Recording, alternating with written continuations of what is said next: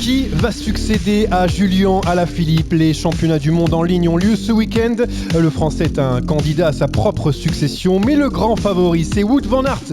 On en parlera en troisième partie. Avant ça, on va s'intéresser à la Colombie, et en particulier à Egan Bernal et Miguel Angel Lopez. Le premier est annoncé partant d'Ineos, le deuxième a rompu son contrat avec la Movistar. Mais où vont-ils aller? Ce sera dans la première partie. Et puis il n'y aura pas d'invité aujourd'hui, mais on en profite pour parler d'un coureur. Et bien c'est de Thibaut Pinot. Le Français a joué avec les meilleurs sur le Tour du Luxembourg. Est-il redevenu le patron de la Groupama FDJ? Il y aura bien sûr les rubriques on n'attaque pas, le quiz et les paris. Et pour m'accompagner, comme souvent, le duo magique encore meilleur que Morkov-Cavendish sur le dernier Tour de France. Et on commence avec Jérémy Sakian.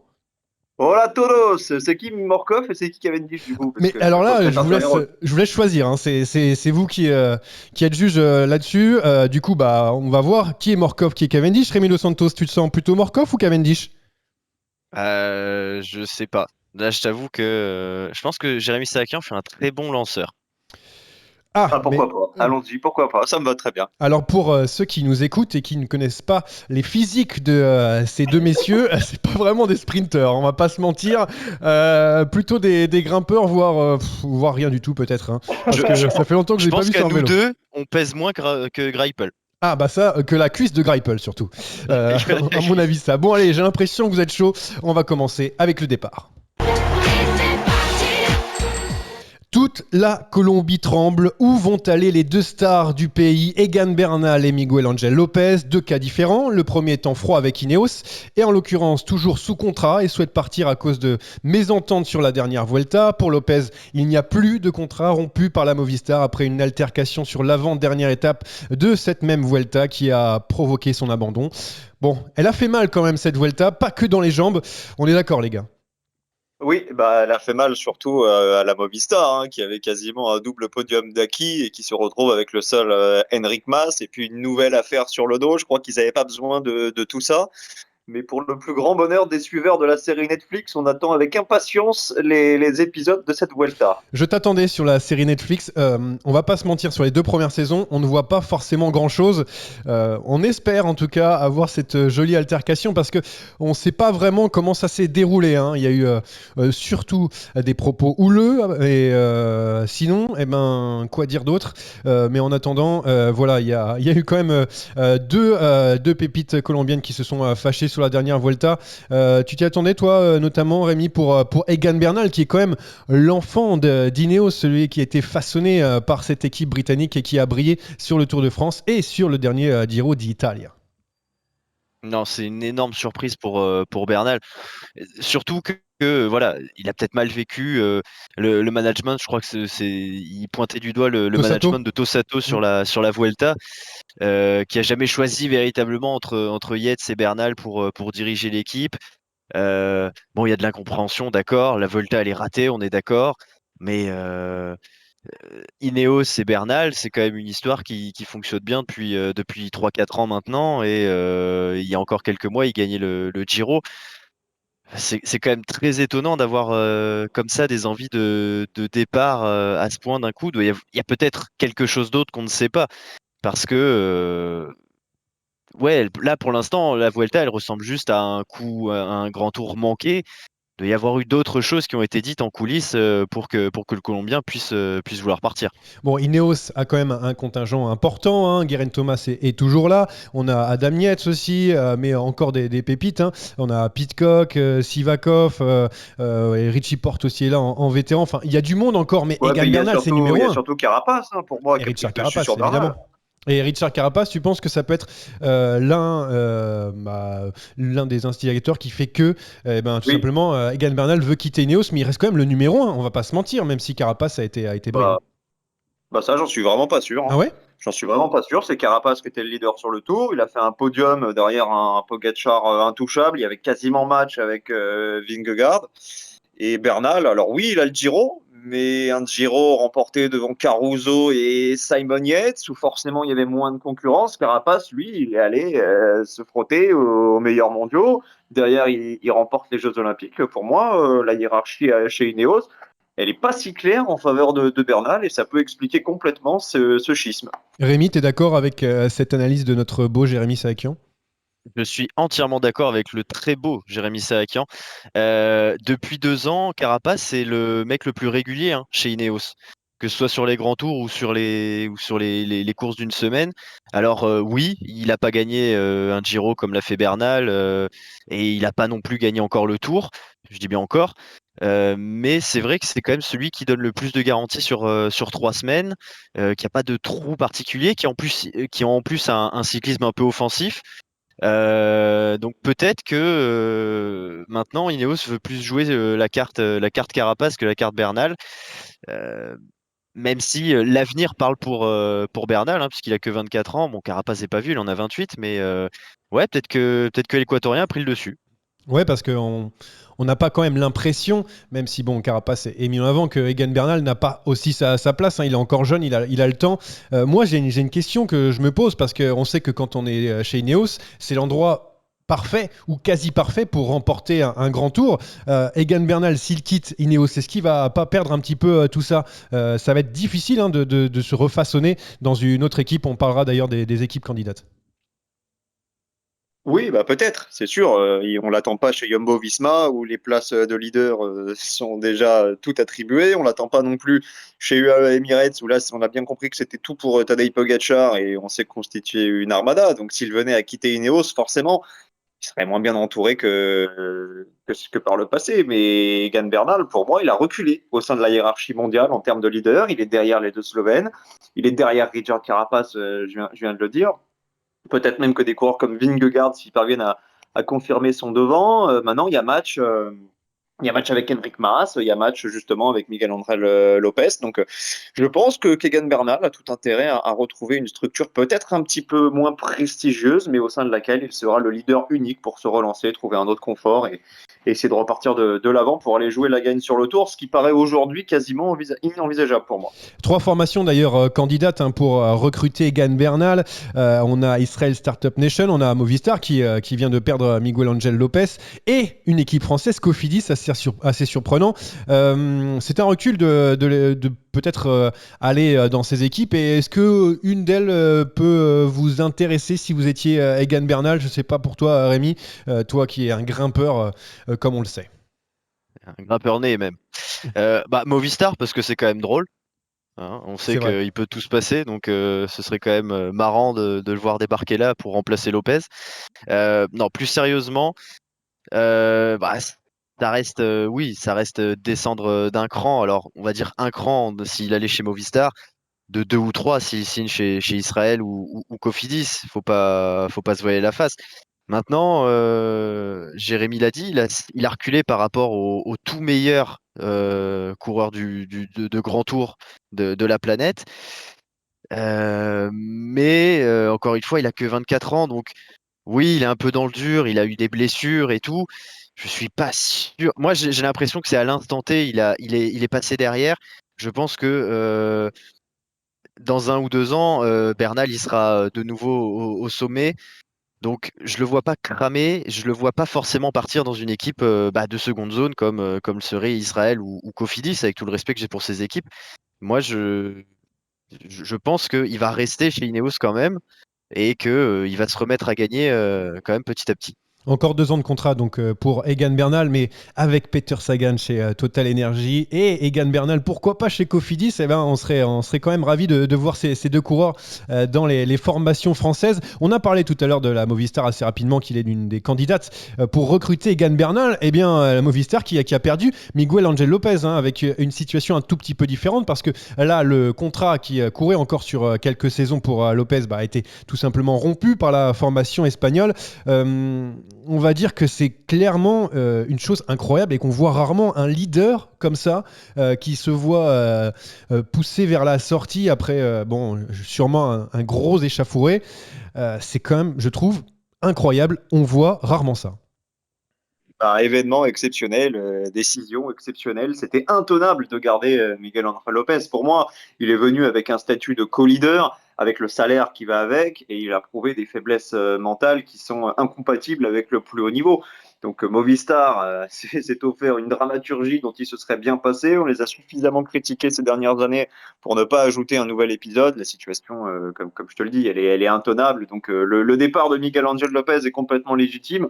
Maintenant, il va falloir le remplacer. Donc est-ce que ce sera Bernal, pas Bernal, je ne sais pas. C'est les décideurs de Movistar qui vont nous l'apprendre dans quelques semaines. Mais c'était un départ inéluctable. Bon, tu le disais, hein, la Movistar a toujours un comportement un petit peu fougueux, on va le dire, au sein de l'effectif. Quintana est parti, Carapaz est parti, Soler est parti, maintenant Lopez. En fait, le problème, Rémi, est-ce que c'est pas la Movistar tout simplement? On est quand même sur une structure qui fait parler d'elle année après année, cycliste après cycliste. Tu l'as dit, la liste elle est non exhaustive en plus. Et il va falloir un moment peut-être que Eusebio Unzue se regarde Regarde dans dans un un miroir miroir. Ah, j'en parce étais que sûr. J'en étais sûr que tu allais sortir cette expression. Je te voyais arriver à 10 km. oui, je suis prévisible. Ouais. Non, mais il y a un moment, c'est sûr que ça marche pas. Enfin, il y a des succès par-ci par-là, mais plus autant qu'avant. En fait, c'était simple. C'est une structure qui a longtemps tout donné pour Valverde. Maintenant, Valverde, il a 41 ans et donc il gagne moins. Et du coup, l'équipe, elle a beaucoup moins de résultats.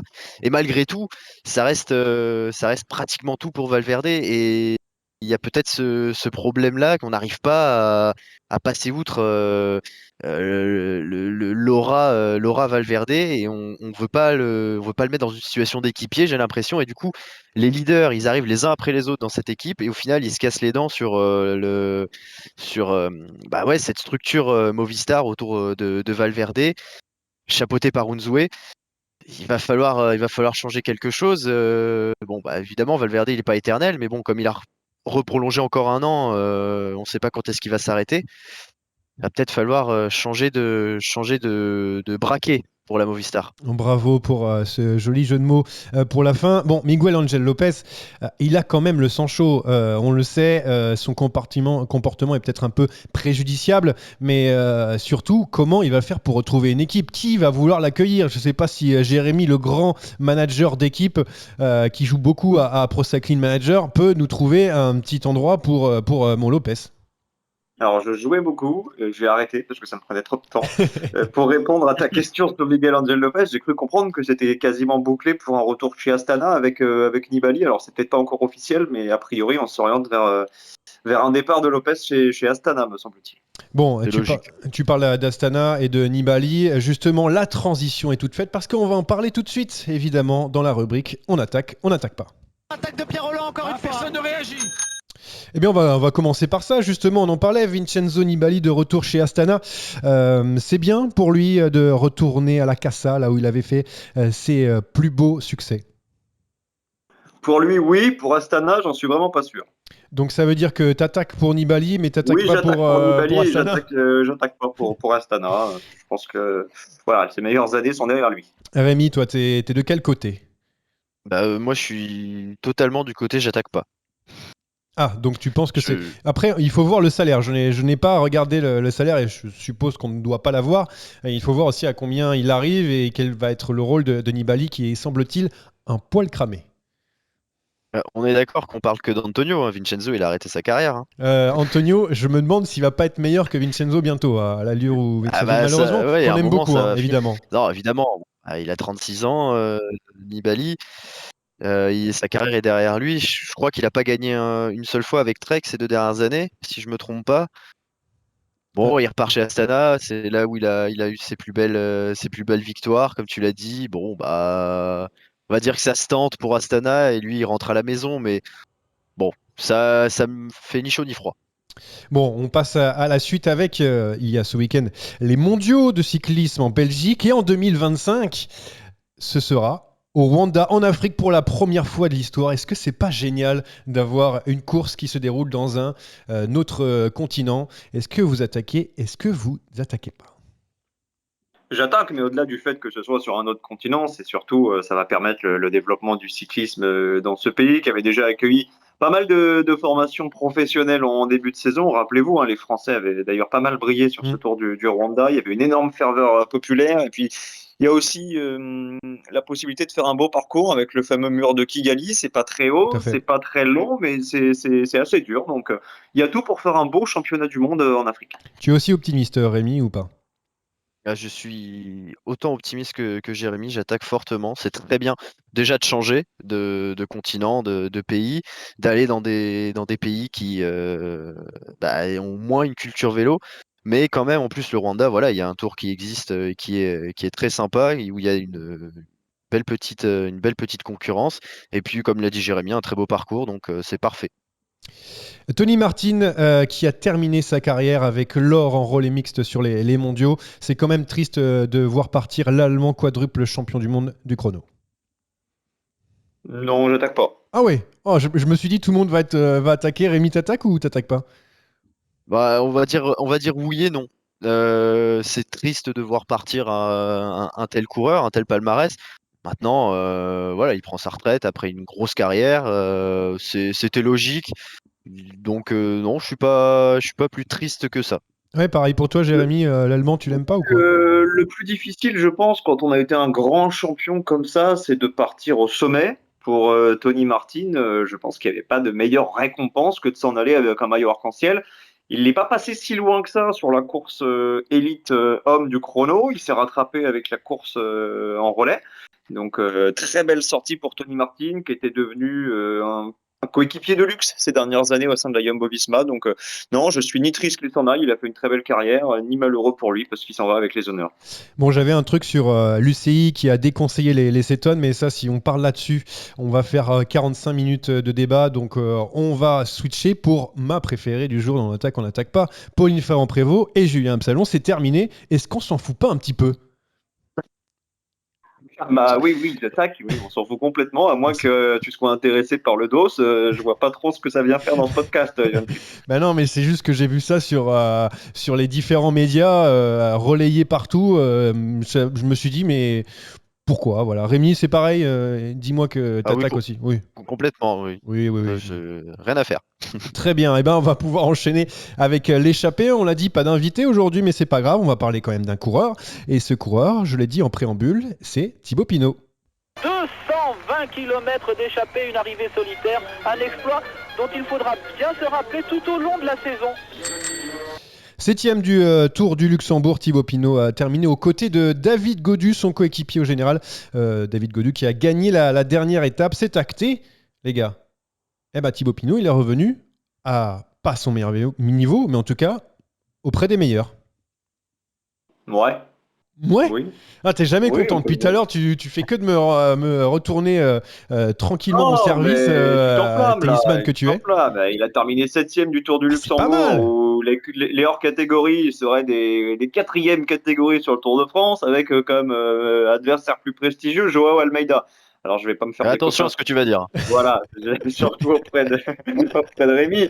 Mais laissons-lui le temps, par pitié. On jugera sur pièce l'année prochaine, éventuellement sur le Tour de Lombardie, où là, il y aura le plateau le plus relevé de la fin de saison avec les mondiaux, mais il ne sera pas aux mondiaux. Donc attendons le Tour de Lombardie pour tirer les premiers enseignements. Mais il faut pas voir Thibaut Pinot trop beau, trop vite.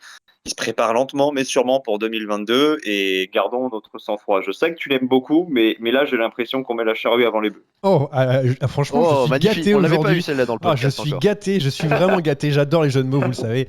Rémi, toi, t'y crois pas un Tour de Lombardie victorieux d'un certain Thibaut Pinot, ou en tout cas le voir aux avant-postes? Vraiment, il a la fraîcheur et en plus, de jour en jour sur les courses, on le voit, il est en train de monter en pression tranquillement. Je sais que je l'aime bien, mais je le vois aussi. Ça commence à être mieux.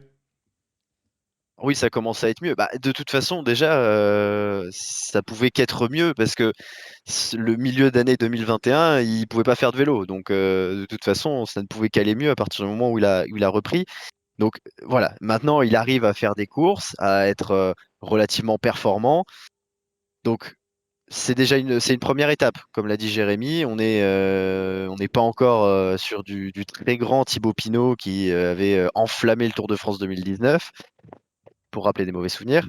Et je le vois pas gagner le Tour de Lombardie, c'est encore trop tôt. La concurrence, elle est bien trop préparée et la course sera, à mon avis, trop dure de par son profil et sa distance pour que Pinot puisse jouer les premiers rôles, en tout cas dans le final. Mais c'est de bon augure et j'ai hâte de le voir sur ces dernières courses italiennes de la saison pour voir où il en est vraiment. Bon, vous êtes en train de miner mon moral, mais c'est pas grave parce que j'ai encore une dernière question à vous poser par rapport à Thibaut Pinot. Vous êtes le manager de la Groupama FDJ. C'est qui le patron l'an prochain? C'est Thibaut Pinot ou c'est David Gaudu? Marc Madiot, Saakian, c'est qui? Pour moi, non, il n'a pas à choisir entre les deux. Comment ça? Les deux peuvent courir ensemble. Tu peux ajuster en fonction des formes de chacun sur les différentes épreuves. Tu peux aussi choisir un programme différent avec, par exemple, Pinot sur le Giro et Gaudu sur le Tour. Donc, il n'y a pas spécialement à choisir. Et je pense que Marc Madiot ne choisira pas. Il ne raisonne pas comme ça. Ah, mais Et je t'avais... tous les deux auront des possibilités de bien figurer au classement général. Mais l'époque de David Gaudu, lieutenant de Thibaut Pinot, puisqu'on parle du Tour 2019, elle me semble aujourd'hui relativement loin, presque révolue. David Gaudu a dans les jambes un top 10, un top 5 peut-être sur le Tour. Donc les deux, moi j'attends vraiment des bonnes performances des deux pour 2022, mais laissons du temps à Pinot. Je pense que c'est vraiment pas lui rendre service que de vouloir tout de suite lui remettre la pression. Il est revenu à la compétition il y a un mois et demi, donc mettons un petit peu le pied sur le ballon et voilà, on joue en retrait comme on dit au foot. Ah, je t'avais pas dit en fait, Jérémy, mais dans Saderaï, on n'aime pas trop la langue de bois, donc si tu peux éviter de me faire des confs de presse d'entraîneur Non, mais d'après-match. c'est pas faire la langue de bois. Oui, on C'est peut faire de les dire que deux. les deux aujourd'hui sont à un niveau à peu près équivalent. D'ailleurs, le résultat du Tour de Luxembourg le prouve et qu'il n'y a pas forcément nécessité d'en ériger un plus haut que l'autre, comme ça a pu être le cas dans d'autres équipes par le passé. Après, c'est la vérité du terrain qui prend le dessus. J'espère que mon ami Rémi Dos Santos va trancher un petit peu plus fort que Monsieur Saakian. Est-ce que toi, tu choisirais un patron pour l'an prochain ou est-ce que tu me les fous un peu partout de façon à ce qu'ils ne soient pas ensemble ou alors qu'ils courent ensemble, mais dans la bonne entente? Alors, Jérémy a plutôt raison. C'est vrai que les deux peuvent courir ensemble et on peut avoir deux leaders comme ça au sein d'une équipe. Mais je pense vraiment que David Gaudu, désormais, est l'atout numéro 1 de la Groupama FDJ.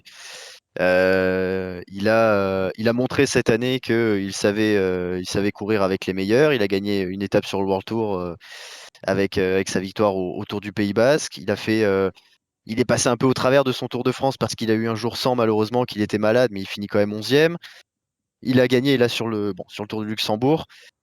Je pense que voilà. Et également, les années passant font que Gaudu, à mon avis, est le présent de la Groupama FDJ et que Thibaut Pinot, certes, ne sera pas son lieutenant comme l'a pu être Gaudu, en tout cas pas tout de suite. Mais je pense qu'il va laisser cette place de numéro 1 à Gaudu et ça va même justement être bénéfique pour lui parce qu'on sait que Thibaut Pinot, il n'aime pas forcément cette lumière. Moi, je suis foncièrement en désaccord avec ça. Je pense que David Gaudu, aujourd'hui, à l'instant T, offre plus de garanties que Thibaut Pinot. Ça semble être une certitude, personne ne le contestera. Seulement, j'ai l'impression que Thibaut Pinot a offert plus de garanties au niveau du World Tour, sur le Tour de France. Il a quand même fait un podium, là où David Gaudu a plutôt montré ses limites. Donc, si Thibaut Pinot parvient à retrouver son niveau d'antan, pour l'instant, on ne sait pas s'il en sera capable. Ça reste une incertitude. Mais si jamais il revient à son meilleur niveau, pour moi, il sera devant David Gaudu. C'est aussi pour ça que je te dis que j'ai pas envie de les départager aujourd'hui, parce que rien n'indique que Thibaut Pinot retrouvera ses meilleures sensations, et rien n'indique non plus que David Gaudu puisse franchir ce cap qui lui manque pour intégrer les meilleurs sur un grand tour. Même si, sur les classiques, j'ai l'impression qu'il a franchi le pas, son podium sur Liège en témoigne. Mais aujourd'hui, à l'instant T, je peux dire Gaudu et revenir sur mes propos dans 3 mois. Donc c'est la raison pour laquelle aujourd'hui, je te dis, je ne choisis pas. Ouais, tu veux éviter que j'enregistre la bande et que je te le ressente dans quelques mois lorsque Thibaut Pinot aura gagné le Giro. Je vais éviter surtout de passer pour une girouette, de te dire aujourd'hui David Gaudu offre plus de garanties et puis m'apercevoir qu'en fait, pas du tout. Je pense que Thibaut Pinot a plus de talent, a plus prouvé au niveau World Tour, mais l'inconnu, c'est de savoir s'il redeviendra le vrai Thibaut Pinot qu'on a connu il y a 2 ans. Pourtant, la girouette, d'habitude, ça te connaît par expérience. Bon, j'arrête de vous embêter avec Thibaut Pinot, qui ne sera pas là ce week-end aux Mondiaux, mais il y aura bien sûr d'autres personnes, d'autres coureurs, et on va en parler tout de suite parce que c'est l'heure du sprint final. Oh le coup de tête! Oh le coup de tête de Marc! Oh le deuxième coup de tête de Rencho! Oh que ça c'est pas bien! Alors tous derrière Wout van Aert, ce sera un petit peu ça à Louvain en Belgique lors des mondiaux ce week-end. En vrai, pour lui, ce sera mission impossible de gagner face à tous, un petit peu comme au JO. Je ne sais pas ce que vous en pensez. Non, mission impossible, non. Pas du tout, parce qu'il est capable de gagner. Il passe bien les pavés, il passe bien les bosses et il a une bonne pointe de vitesse. Et puis surtout, il a une extraordinaire équipe de Belgique qui semble acquise à sa cause. Maintenant, j'ai l'impression qu'on l'a érigé en grandissime favori un petit peu vite. Quand on regarde la start list, je pense que je peux trouver facilement 10-15 noms de coureurs qui peuvent contrecarrer ses plans, qui peuvent s'imposer, parmi lesquels Alaphilippe, Asgreen, Van Der Poel, pourquoi pas les Slovènes. Attention aux Slovènes, on en a très peu parlé, mais ils seront présents avec la grosse armada. Donc oui, Wood favori, non, c'est pas impossible qu'il gagne, mais comme on l'a déjà évoqué la semaine dernière, quand il a la pression, en général, Wout a du mal à convertir l'offrande, donc ce sera quand même compliqué à mon sens, mais pas impossible. Moi, Rémi, j'ai l'impression quand même que Wout van Aert, ça ressemble un petit peu au Peter Sagan il y a quelques années sur notamment les classiques flandriennes, Paris-Roubaix ou le Tour des Flandres, où en fait tout le monde courait pour le faire perdre. Je dis ça parce que sur les Jeux Olympiques, c'était un petit peu le cas. Tout le monde le regardait, vas-y, travaille, et finalement, c'est Richard Carapace qui en a profité. J'ai peur qu'on voit ce genre de scénario, malheureusement, et que pour lui, ça va être compliqué, surtout qu'on n'a que son nom à la bouche depuis des semaines et des semaines. Alors, je suis d'accord, mais la différence avec les JO, c'est le nombre de coureurs dans chaque équipe. Aux JO, c'est 5 maximum, et ça change tout d'être à 8 par rapport à 5. C'est 3 de plus. Voilà, merci. Merci. Oui, bon, j'ai eu 14 en maths au Oui, bac. bah ça va. Euh, Mais 8, c'est beaucoup plus facile pour contrôler. Alors, je dis pas que la Belgique, évidemment, va réussir à contrôler la course avec les Teuns, Benoît, Lampart ou Stuyven, mais elle sera beaucoup plus à même d'éviter une grosse échappée ou de laisser partir des rivaux de Van Aert. Donc déjà, ça peut jouer par rapport au JO. Maintenant, voilà, on l'a dit, la pression, elle est sur lui. Tout autre résultat que maillot arc-en-ciel sera une contre-performance pour Van Aert. Et ça, évidemment, ça va jouer.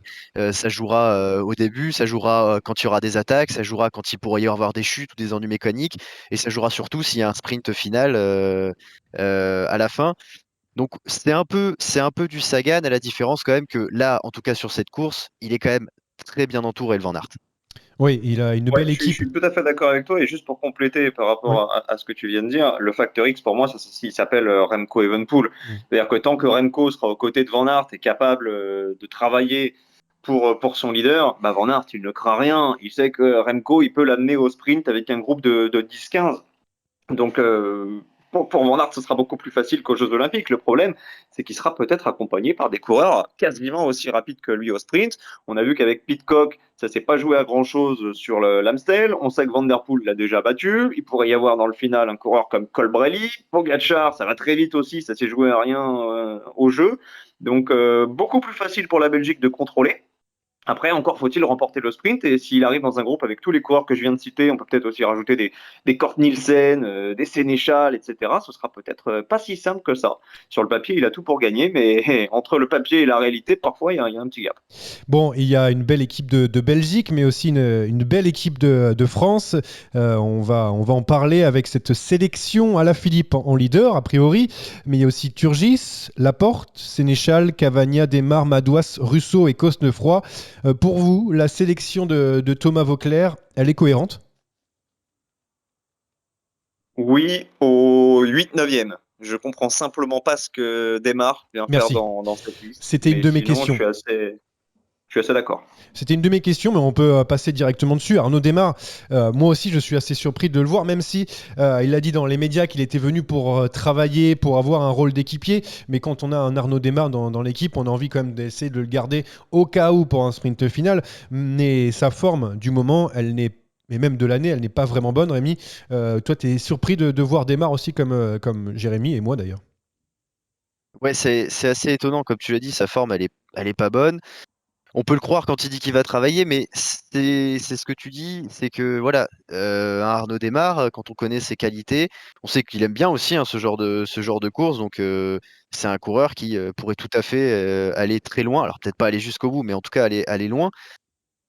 Et est-ce que à un moment ça va pas gêner un peu cette équipe de France, à moins qu'il travaille dès le début? Est-ce qu'on va pas se dire ouais bah est-ce qu'on bosserait pas pour lui, ou est-ce qu'on ferait pas en sorte que, j'ai pas l'impression, mais je sais pas, je comprends pas bien le choix de Thomas Voeckler là-dessus. Sur le reste, bah c'est évidemment très cohérent. À voir en fait en course comment va se comporter Arnaud Démare, même si je ne pense pas qu'il fasse de la langue de bois quand il dit qu'il est venu pour travailler. Bon, est-ce Ma que... seule crainte, moi, sur Demar, c'est pas forcément qu'on privilégie sa carte pour aller au sprint, parce que je pense qu'aujourd'hui, à l'instant T, un coureur comme Christophe Laporte va au moins aussi vite, même avec Sénéchal, là, qui vient de remporter la Primus Classique. Il peut y avoir match au vu de la forme de Demar. L'an passé, il n'y aurait pas eu match, mais cette année, il peut y avoir match. Non, moi, ma seule crainte, c'est simplement que le parcours dans sa deuxième partie soit trop dur. Alors je comprends le raisonnement de Thomas Voeckler en se disant bon bah c'est un Flandrien, il sait se placer, il a l'expérience, il a 30 ans, il a déjà connu des mondiaux. C'est peut-être aussi l'atout qui est mis en avant, ce côté expérimenté. Mais moi j'ai très peur qu'il cale en fait. Quand la course s'accélère, je pense qu'Arnaud Démare ne sera pas en mesure d'accompagner les Français comme Turgis, comme Sénéchal et comme Alaphilippe. Est-ce que vous voyez un absent, hormis bien sûr Axel Zingel, que l'on a eu lors du dernier podcast à écouter sur Deezer, Spotify, Apple Podcast et YouTube? Et évidemment, si Démare est là, est-ce qu'il y a pour vous un absent, Jérémy, Rémi, hein, celui que vous voulez, ou si ça se trouve, il n'y en a pas? Oui, peut-être Dorian Godon, qui a quand même réalisé de belles perfs, notamment sur les dernières Coupes de France, qui me semble avoir la bonne patte, qui a aussi un profil de Flandrien. On l'a déjà vu beaucoup bosser pour Oliver Nassen sur un Paris-Roubaix au sein de l'équipe AG2R. Sinon la sélection, elle est absolument cohérente et il y a une très belle équipe de France pour essayer de défendre le titre. Bon, Rémi, toi, il y a Anthony Turgis, donc à partir de là, c'est bon, il n'y a pas vraiment d'absent. Non, pour moi tout va bien. Non, c'est vrai que j'ai pas de nom particulier qui me vient à l'esprit qui aurait pu faire partie de ces 9. Je suis très content de voir Clément Rousseau C'est vrai, il le que méritait. j'avais cité quand on avait fait un peu notre petite liste. Non, c'est une équipe oui, très cohérente, comme l'a dit Jérémy. Il y a vraiment un leader qui sort du lot, deux, trois coureurs qui peuvent jouer leur carte aussi, et puis les autres qui seront là pour venir travailler en amont, venir replacer. C'est une très très belle équipe de France, et, c'est vrai que ça donne envie d'être à dimanche. Bon, on a déjà parlé de la stratégie la semaine dernière, mais maintenant que c'est concret, maintenant qu'on voit toute la sélection, Thomas Voeckler, le sélectionneur de l'équipe de France, il va faire travailler tout le monde pour Alaphilippe, ou vous avez des doutes en voyant maintenant la sélection finale? Non, pour moi, ça sera du 100% Julien Alaphilippe. Je reste sur ce que j'ai dit la semaine dernière. Alors après, la stratégie, elle peut être évolutive. C'est-à-dire que si on voit un Remco Evenepoel attaquer, choisir de ne pas rester aux côtés de Van Aert, il faudra peut-être changer de fusil d'épaule et envoyer quelqu'un à l'avant. Alors, est-ce que ce sera Sénéchal? Est-ce que ce sera Turgis?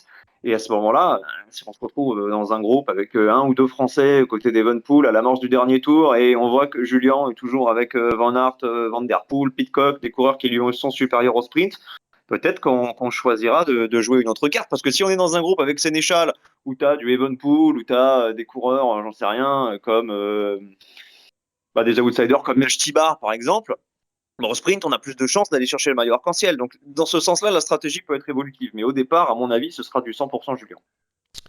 Très bien, pour les mondiaux, on en termine maintenant parce qu'il y a une revanche à prendre. C'est l'heure du quiz. Et oui, la revanche, elle est entre Rémi et moi, puisque la semaine dernière, je me suis fait battre Non pas la régulière, d'ailleurs, monsieur Sakian, n'oublions pas. Mais j'ai été battu par Rémi Dos Santos, l'homme aux 110 défaites. Cette fois-ci, je compte bien me refaire. Donc j'espère que, comme je te l'ai demandé, tu as fait un quiz en ma faveur. J'ai fait un quiz axé sur les mondiaux. Voilà, c'était plutôt logique en fonction de l'actualité. Alors, sachez, messieurs, que je me suis constitué une petite équipe, un petit peu comme sur Pro Cycling Manager, avec 8 coureurs. Je vais vous les faire deviner les uns après les autres. Donc, 8 coureurs qui se figurent dans les sélections ou dans les présélections. Je vais vous donner des lignes du palmarès constitué en 2021. À chaque fois, il y aura une certaine somme d'indices.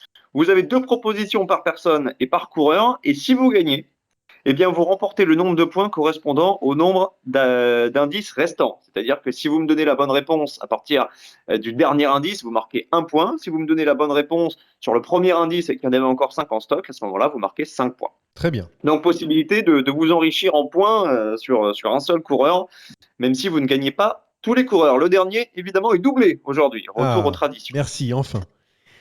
Voilà, donc c'est de la rapidité, vous parlez quand vous voulez, simplement Oui. vous n'avez que 2 chances par coureur. Tu fais bien de le spécifier parce que la semaine dernière, il y a des Voilà. incompréhensions. Non, mais il faut Ouais, on que a tout fait un soit peu clair n'importe quoi.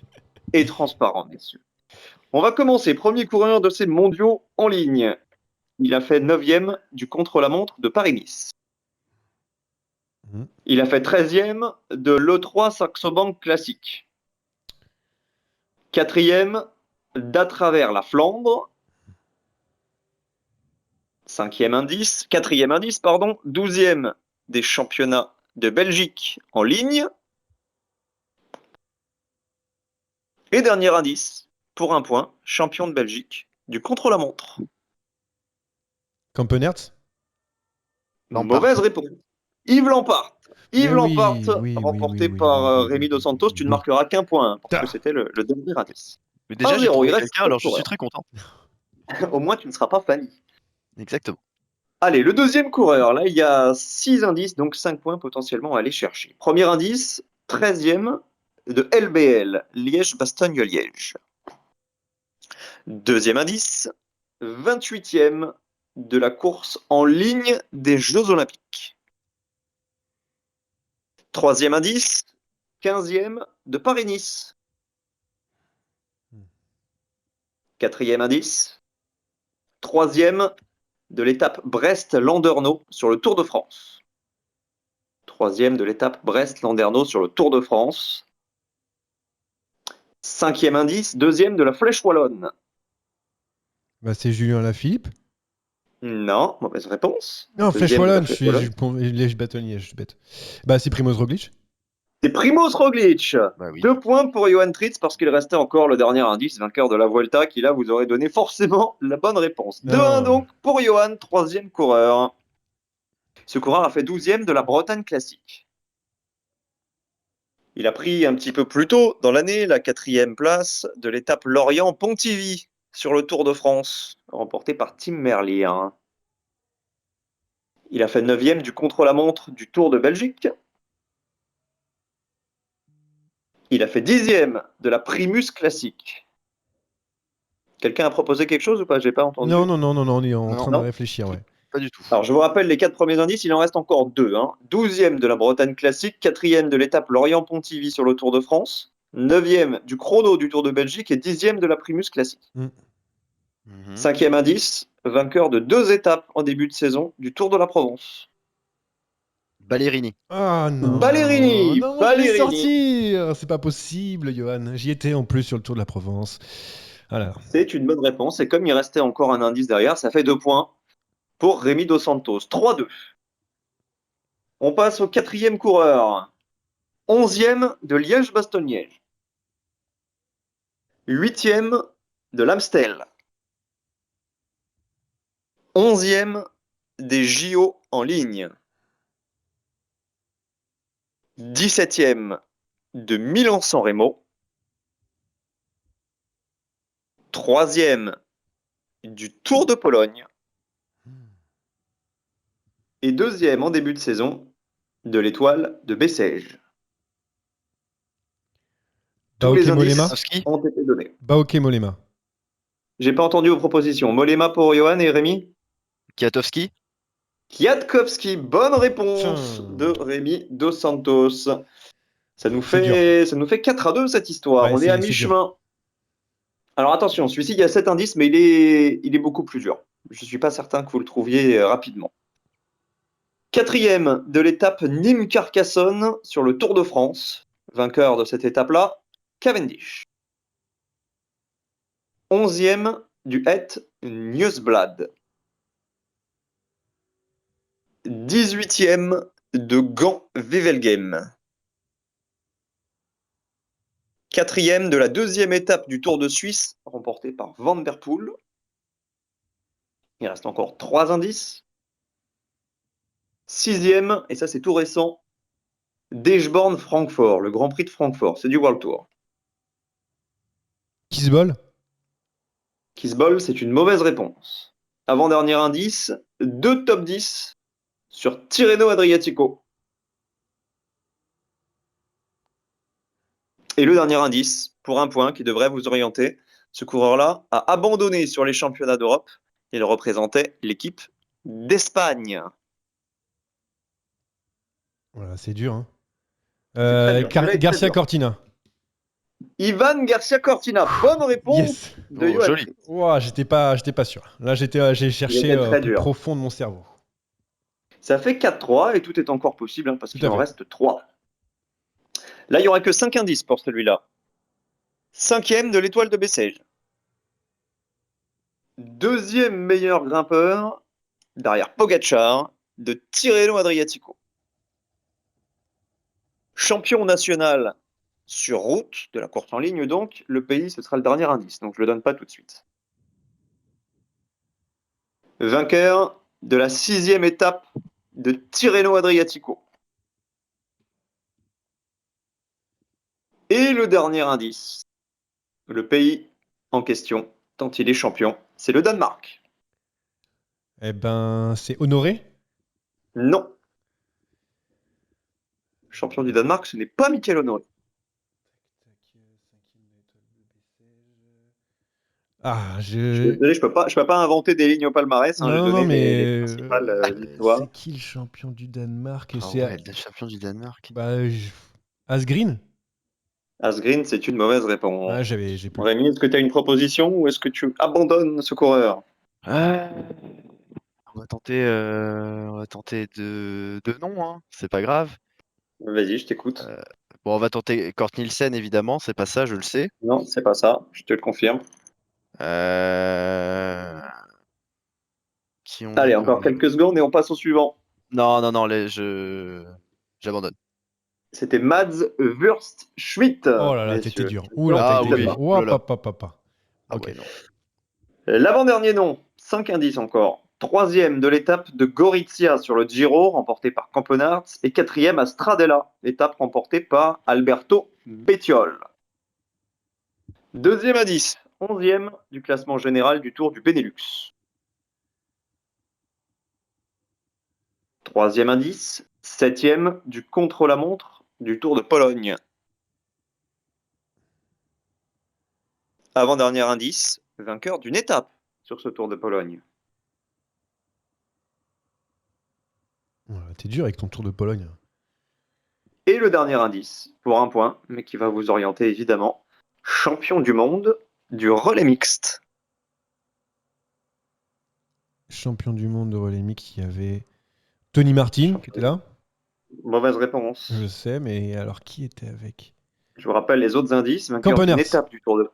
Qui ça? Mais non, Campenhertz. Mais non, mais t'as. Non, Non, il a Campenhertz, gagné. c'est il pas a bon, gagné. Johan Fritz. Bah oui, j'ai en train de me dire, je dis une bêtise. Eh oui, Mais tu as je dit sais une plus qui y bêtise, avait, et je tu sais plus qui y avait. surtout, tu laisses la main à mon ami Rémi Dos Ouais, mais Santos, c'est qui pas n'a grave, pas l'air je- de savoir. Bah non, Non il plus. sait pas non plus. Walscheid? Max Walscheid? Non, mauvaise réponse. Bah non, mais laisse tomber avec ton tour de Pologne. Personne ne regarde. C'est toi qui commente ou c'est pour ça que tu les. Ah, pas du tout. Hmm. C'est Absolument lui pas. qui participe. C'est moi qui participe, ouais. Je fais 20e du général, je n'étais pas très en forme. Bon, Rémi, tu as une dernière proposition, est-ce que tu l'utilises? Non. Non, parce qu'à part Walscheid, Martin, je ne sais, j'ai pas d'idée Bah, sur. c'était le troisième. C'était le troisième, en l'occurrence, Nikias Arndt. Oh là, j'aurais Très jamais bien. eu. Je penserais jamais. En plus, je suis bête. Dit Tout va se jouer sur le dernier. Hein. Il y a 4-3 pour, C'est pire pour en Rémi, pire. les points sont doublés. Donc là, c'est même pas question d'indice, c'est celui qui le remporte. On attendait que ça. Qui De toute remporte ce façon. quiz. Alors, c'est parti. 5e du Trobro-Léon. 3e du Tour du Finistère. 14e du Tour du Danemark. 6e du Grand Prix de Wallonie. 5e de l'Antwerp Port-Épic. Ah, il y a eu une tentative. Personne, là. Vraiment, c'est Personne. Non. trop dur là. Vainqueur d'à travers le Hagland. 14e du championnat de Norvège. Attention, indice important. Et le dernier, Alvorsen. Alvorsen, mauvaise réponse. Le dernier, 2e du Samin. Remporté Ah ouais. par Tim Berlier. Rasmus Tiller. Rasmus Tiller, victoire Mais et non. 2e Mais succès je l'aurais jamais consécutif eu. pour Rémi Dos Santos. Mais comment t'as pu avoir Rasmus Tiller? C'était vraiment le dernier dans ma liste de tous les coureurs du peloton. C'est quand même incroyable. Parce que ça. j'ai découvert sur cette course-là et après j'ai suivi toutes les courses du NoX où il était parce que je voulais le voir gagner. Oui, bah évidemment, du coup, encore une fois, ça a joué contre moi. Bravo, Oui, Rémi. je voulais vous faire deviner Marcus Fulgaard, mais comme il a fait 7e dernier championnat d'Europe, je me suis dit que c'était pas du niveau des mondiaux, qu'il fallait élever un petit peu la concurrence. Eh bien, nouvelle victoire pour Rémi Dos Santos qui décidément ne me laisse plus remporter de quiz. C'est terminé pour moi, c'est moi qui prends en main la série de défaites. Vivement qu'Anthony Nicolas revienne pour qu'on puisse au moins ne pas perdre. À mon avis, il reviendra plus, c'est fini. Hein. Vous n'aurez plus de quiz avec Anthony. C'est clair, en fait, il faudrait juste l'inviter avant. On lui dit, on l'invite avant et après au quiz, il peut partir. Il va faire un petit tour, une petite promenade. En attendant, nous, c'est pas terminé puisqu'il y a encore les paris, les amis. Ah, c'est même pas vrai. Bon, il y a un grand match qui Paris, c'est vrai. Bon, les cotes commencent à tomber tranquillement, et notamment pour le vainqueur des mondiaux. Donc, je vais vous demander tout à l'heure, ou juste après ça, votre potentiel vainqueur de ces mondiaux. Et puis, il y a aussi ce podium qui est possible, placer 1-3 dans les cotes. Donc là aussi, potentiellement, on va pouvoir parier. Alors, je vous laisse déjà me donner votre vainqueur et après un petit coup d'un podium, si c'est possible, Jérémy. Alors, 2 choses. J'ai beaucoup d'argent, je tiens à le préciser, à réinvestir de ma victoire sur Ghana sur le chrono. Voilà, Oui. parce qu'il faut toujours quand même rappeler. Beaucoup d'argent, il était les 1-0-1, je suppose. Beaucoup d'argent, je sais pas quand même. Non, pas beaucoup. Non, alors, victoire, je vais rester cohérent avec ce que je dis depuis des semaines, c'est-à-dire Casper Asgreen. Casper Asgreen, Et cote je à le 20. vois bien gagner en solitaire et sur le podium derrière, à mon avis, il y aura les deux phénomènes, Van Der Poel et Van Aert. Donc dans quel ordre, je sais pas, mais je les vois bien se neutraliser pour la 2e place. Donc alors, attends, double chance, Van Der Poel, Van Aert est à 1,22. Ah non, c'est pour la double chance, tu les vois les deux coureurs dans le podium. Tous les deux sur le podium. Je les vois 3,80. tous les deux sur le podium. 3,80 Van Aert et Van Der Poel sur le podium, 3,80, c'est pas mal. Mais, Je fais 2 paris séparés. Je fais Asgreen en victorieux et de l'autre côté, je mets Van Aert et Van Der Poel, les deux en même temps sur le podium. Alors, il faut savoir que je suis tombé sur la cote de Rasmus Tiller qui est à 50 pour le podium. Voilà, c'est juste C'est pour pas info. si mal payé. Hein. Oui, mais bon, maintenant que je viens de le découvrir et que Rémi Dos Santos, lui, connaît son parcours par cœur, on va pas miser dessus. D'ailleurs, Rémi, tu veux miser sur qui? On va pas. On va tenter le Thomas Pidcock. Le Pidcock en victoire? Victoire En de Pidcock. victoire. Ah oui, qui récidive après la flèche Brabanson. Pidcock, vainqueur, c'est tout simplement une cote un petit peu éloignée. Non, ça va 30. Tu peux gagner un petit peu d'argent. Et pour le podium, tu as une idée d'un petit coureur qui ira sur le podium, sachant que Rasmus Tiller est à 50. Van Aert ira, mais 1,40. non, Tiller il finira 4e malheureusement. Ah, yeah. Parce que il y aura aussi Colbrelli devant. Van Aert et Colbrelli. Colbrelli Van Aert, vous me sortez de sacrés cotes. Je suis obligé d'aller chercher Colbrelli Van Aert, c'est à 5,50. C'est pas mal. On peut gagner beaucoup d'argent si on mise dessus. Et bien moi, je vais tout simplement miser la victoire de Julien Lafilippe à 13 qui reprend son bien. Donc c'est quand même une cote assez intéressante. Et puis je vais pas vous placer 2 coureurs sur le podium, je vais vous en donner qu'un seul. Ce sera tout simplement Tadej Pogacar à 7. Incroyable. Je sais pas pourquoi j'ai envie de la mettre. Il est tellement surprenant que... Donc on part sur une saison Tour de France, à Liège-Bastogne-Liège, médaille olympique et mondiaux. Ouais, mais quand on est un monstre, on l'est jusqu'au bout. Tu peux demander à Eddy Merckx ce qu'il faisait dans ce mais c'est pas impossible. Hein. C'est vraiment pas impossible en plus. où il y avait Marc Hirschi à 10, mais bon, c'est un petit peu léger sur les pavés. Ethan Hayter aussi, qui est pas mal. Pourquoi pas aussi, qui fait partie des favoris après sa très belle saison. Merci les amis, c'était cool d'avoir parlé de tout ça. Et bien, on va regarder tranquillement, nous, les mondiaux. Et puis, qu'est-ce qu'on va faire derrière ? Et ben, on va parler d'autre chose parce qu'il y aura Paris-Roubaix. Et oui, en octobre, c'est pour bientôt. En attendant, vous pouvez toujours écouter les anciens podcasts et celui-là sur Deezer, Spotify, Apple Podcast, YouTube, je le répète toutes les semaines. Et puis on se retrouve la semaine prochaine. Salut tout le monde!